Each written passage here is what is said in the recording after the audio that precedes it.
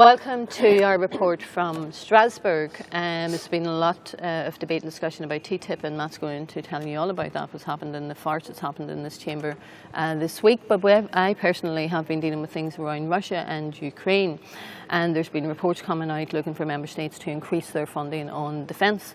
And we're hearing about this at the very time when these institutions here are putting stress and pressure on Greece, for instance, to cut its pensions and also to raise its VAT, and then are enforcing austerity in Ireland and a cut to positive public spending. Matt and I, has returned from Athens, and I must say it was a breath of fresh air last week to see what Syriza have been able to do over a 3-month period. The legislation that they have brought through has been nothing short of remarkable. Also this week in the Chamber, we've been dealing with a number of issues that the other MEPs will deal with, but I want to acknowledge today that I tried to get home to Derry before 2 o'clock. Unfortunately, the route that I have to take going from here to Switzerland to London, London to Belfast, and Belfast to Derry, it was impossible for me to get home for the funeral of someone who has now become a friend of mine, Paul Macaulay. And I want to send my deepest condolences to Paul's mother and father, Kathy and Jim. Paul was left in a vegetated state 9 years ago after being savagely attacked by up to 15 loyalists in our city. And all that Paul could do was blink. I went to see him on a number of occasions in the hospital and hoped that there was a way of communicating with him and explaining to him what we were trying to do to get him justice. And today, as he is being buried, I want to send my deepest condolences to the family of Paul Macaulay, and primarily his mother and father, Jim and Kathy, and his daughter, Maeve. I will now, on that sad note, but I will pass you on to Matt. Yes, Jay Grauhan and Neelis.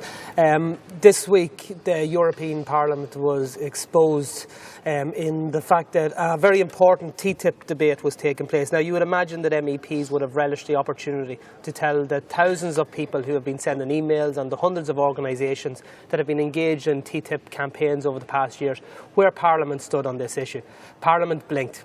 The President, Martin Schulz, decided to cancel the vote.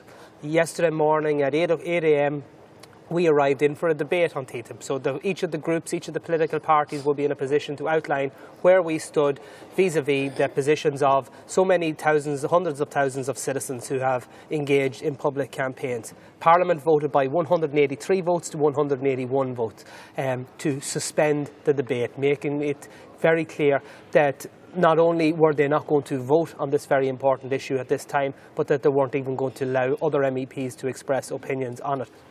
The reason why that's important is because, to me, it shows that the campaign is working. MEPs, the European institutions, the European Commission are under pressure because people are watching them. And I want to commend all those people in Ireland who've been engaged in campaigns and ask you to continue to do so, because it's undoubtedly the case that what the European institutions want is to be able to agree a very bad TTIP that includes an ISDS mechanism that will allow sovereign governments to be sued for implementing decisions aimed at protecting their own citizens. So we need to keep this pressure up, because I am now more convinced than ever that this is a campaign that we can win, but it will only be won with the active engagement of communities and of citizens right across Europe, and especially in countries like Ireland that could potentially be most heavily impacted.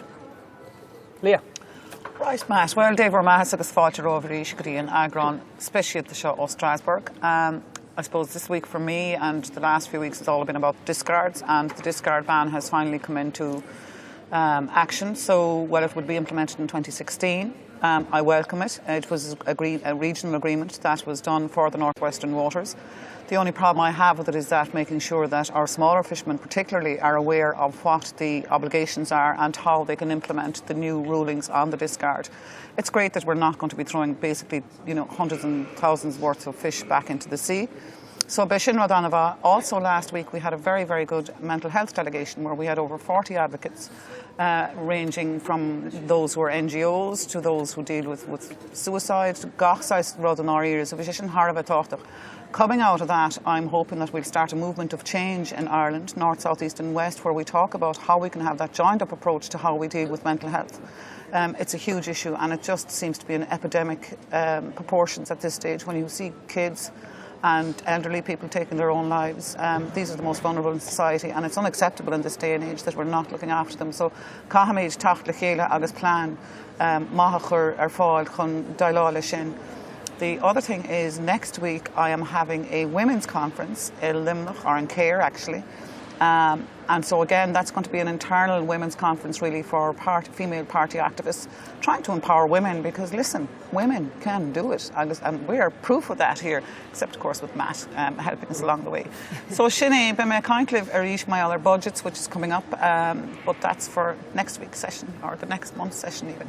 It's long ago. Lynn? I suppose, well, this week I took the opportunity to put on the Dáil, or on the Parliament record, the hypocrisy of both Michael Noonan and Enda Kenny in relation to the IBRC scandal.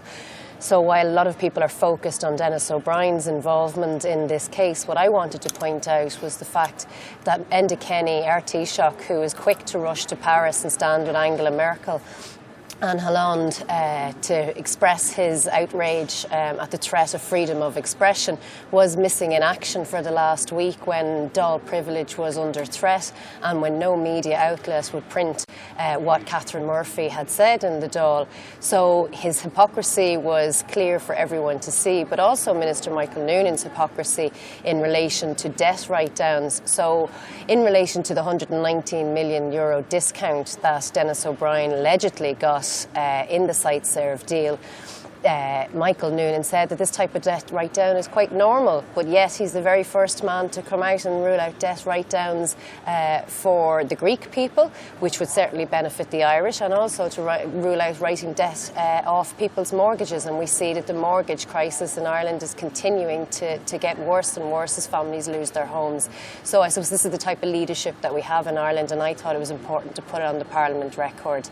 The other thing that's happened, I suppose, since the last time we were in Strasbourg is that once again Ibrahim Halawa's trial has been postponed.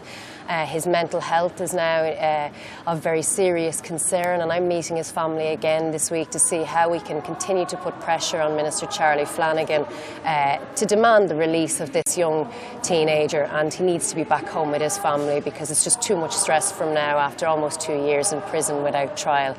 And finally then, I also took the opportunity in the Parliament this week to raise the climate change bill that's coming through the Dáil at the moment and point out its flaws, the lack of independence in its advisory council, the fact that they don't have to take on board what the advisory council recommendations are, and the fact that they haven't even defined what a low carbon future is, so it's destined to fail from the very beginning. So Sinead, agus slán go fóill. Team Sinn Féin leaves you with the sound of music behind us. Till next time, bye.